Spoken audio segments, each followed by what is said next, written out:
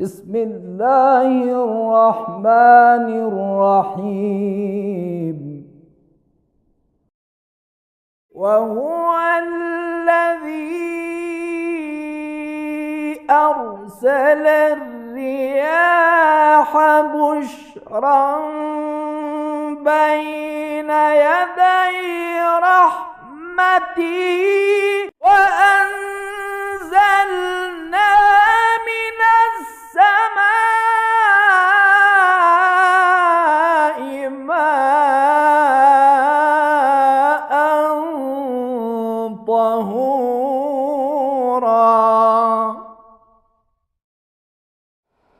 औज़ु बिल्लाहि मिनश्शैतानिर्रजीम। बिस्मिल्लाहिर्रहमानिर्रहीम। अल्हम्दुलिल्लाहि रब्बिल आलमीन वस्सलातु वस्सलाम अला अशरफिल अंबिया वल मुरसलीन व आलिहि तय्यबीन अत्ताहिरीन। अम्मा बाद। मेरे प्यारे दोस्तों, मेरे भाइयों,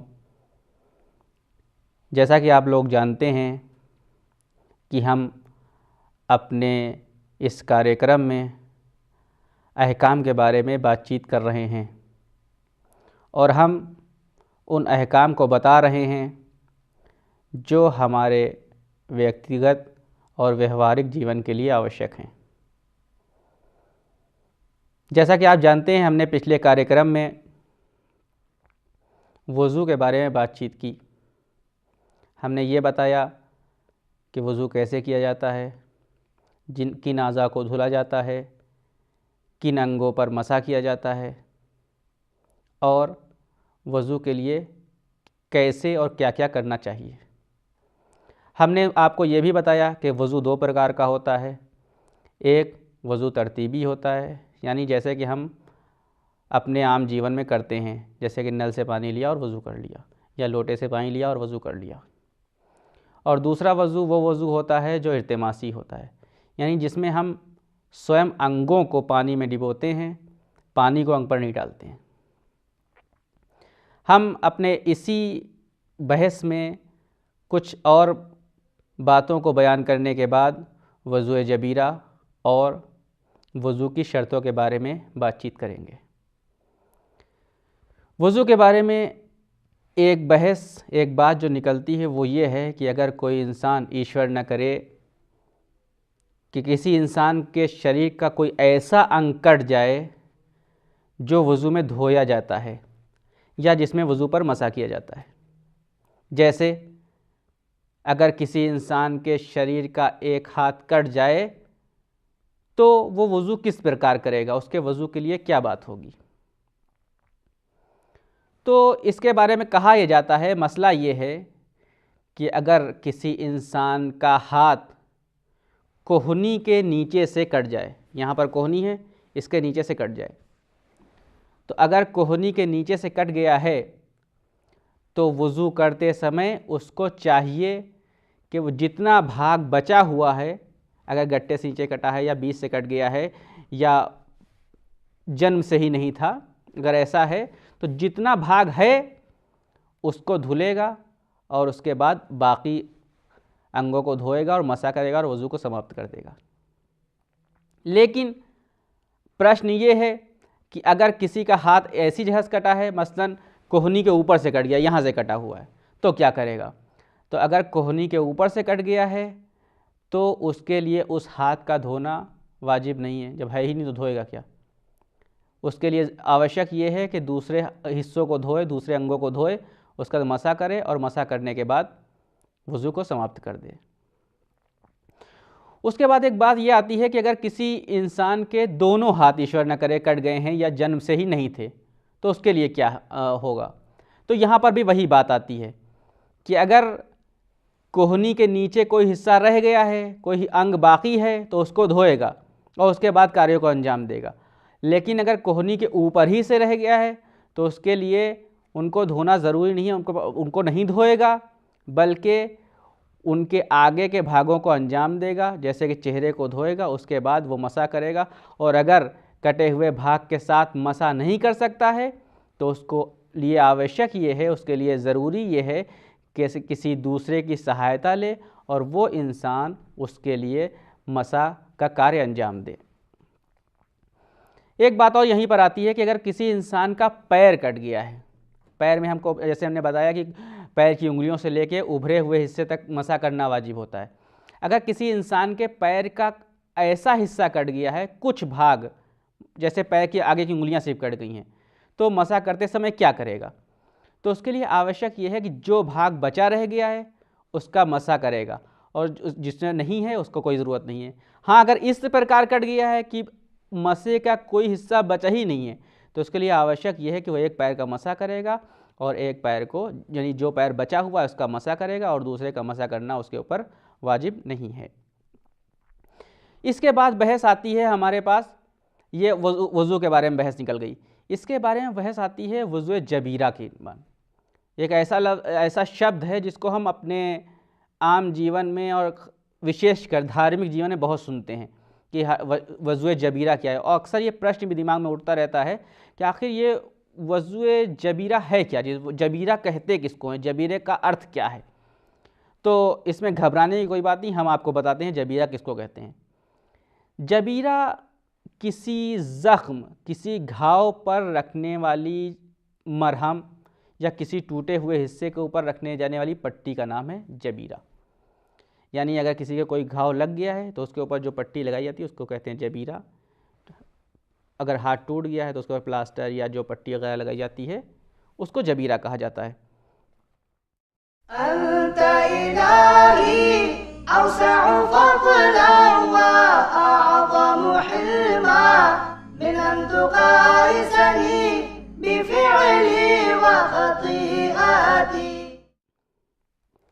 अगर किसी इंसान के वुज़ू के अंगों पर जबीरा हो, यानी क्या मतलब, यानी उसके घाव हो या कोई हिस्सा टूट गया हो, कोई अंग टूट गया हो, तो वो वज़ू करते वक्त क्या करे। यहीं पर वज़ू जबीरा के अहकाम जो होते हैं वो आके बताते हैं हमको कि अगर किसी इंसान के शरीर के किसी ऐसे अंग पे घाव या टूटापन या ऐसी कोई चीज़ हो जिसको वज़ू में धोना या मसा किया जाता है, तो अगर वो इंसान उस घाव पर से उस पट्टी को हटा सकता हो, उस टूटे पर से उस पट्टी को हटा सकता हो और उसके ऊपर पानी डाल सकता हो, और इस पानी डालने में उसके लिए कोई हानि ना हो, यानी क्या, यानी पानी डालना उसके ऊपर उसके लिए हानिकारक ना हो, तो उसके लिए आवश्यक ये है कि पहले उस पट्टी को हटाए या उस घाव के ऊपर से उस मरहम को हटाए। हटाने के बाद उसके ऊपर पानी डाले, पानी डालने के बाद बाकी जैसे वज़ू किया जाता है वज़ू कर ले।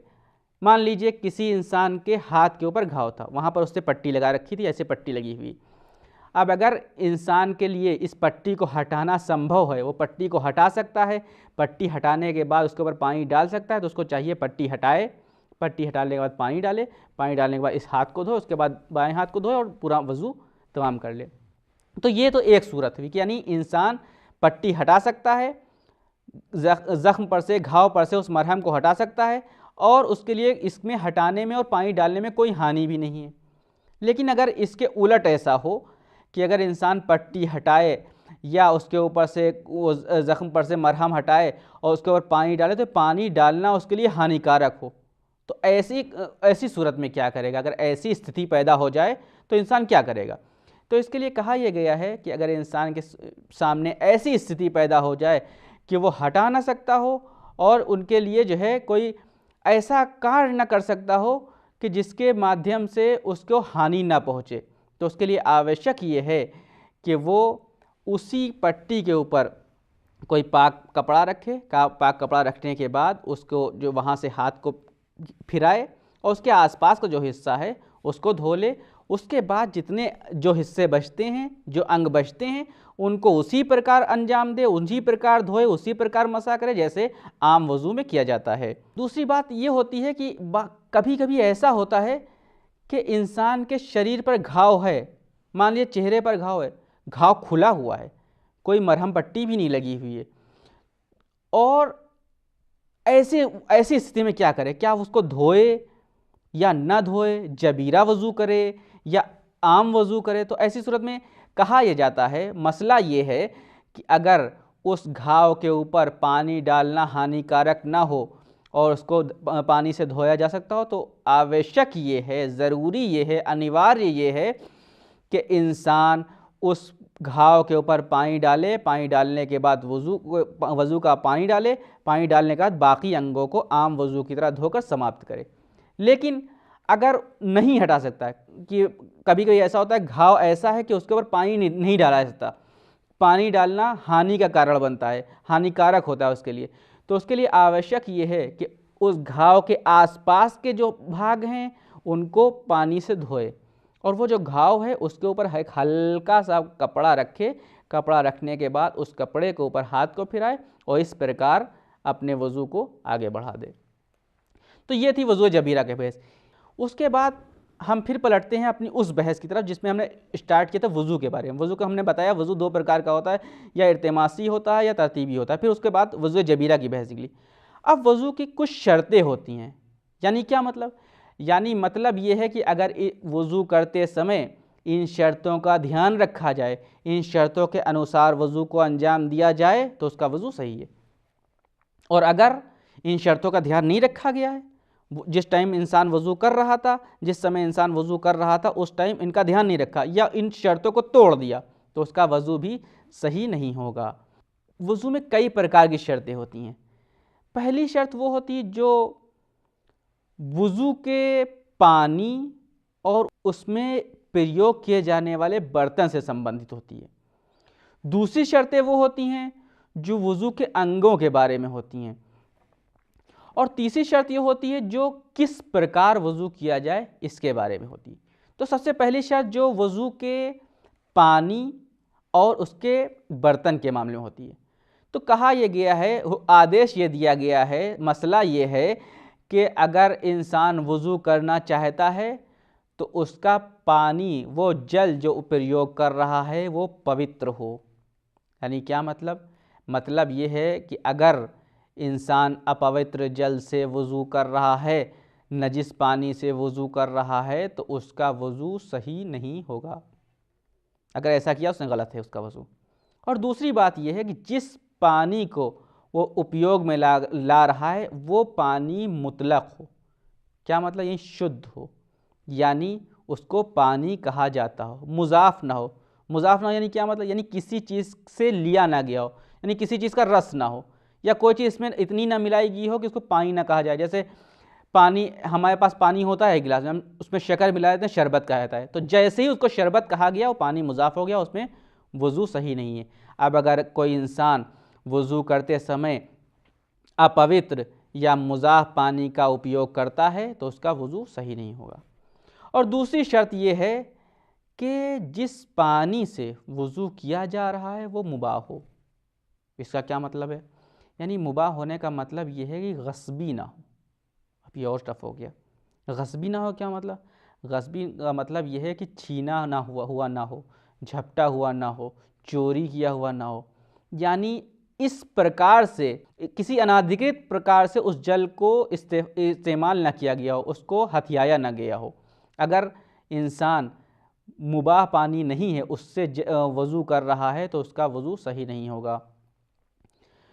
और तीसरी बात यह है कि वो पानी जिसके बारे में हमको पता नहीं है कि इसका जो मालिक है वो राज़ी है या नहीं, वो वज़ू चाहता है कि नहीं चाहता है, तो अगर इंसान किसी ऐसे पानी से वज़ू करना चाहता है जिसके बारे में पता ना हो कि वो राज़ी है या नहीं है, तो उस पानी से भी वज़ू नहीं कर सकता। या इसी प्रकार किसी ऐसे पानी से जहाँ मसलन हम कहीं जा रहे हैं, किसी के घर के सामने नल लगा हुआ, हमको पता है कि वो इंसान नहीं चाहता कि हम उसके नल से पानी लें, हम पानी लोटे में भर के लेके चले आते हैं, किसी चीज़ में भर के लेके चले आते हैं और उससे वज़ू करते हैं।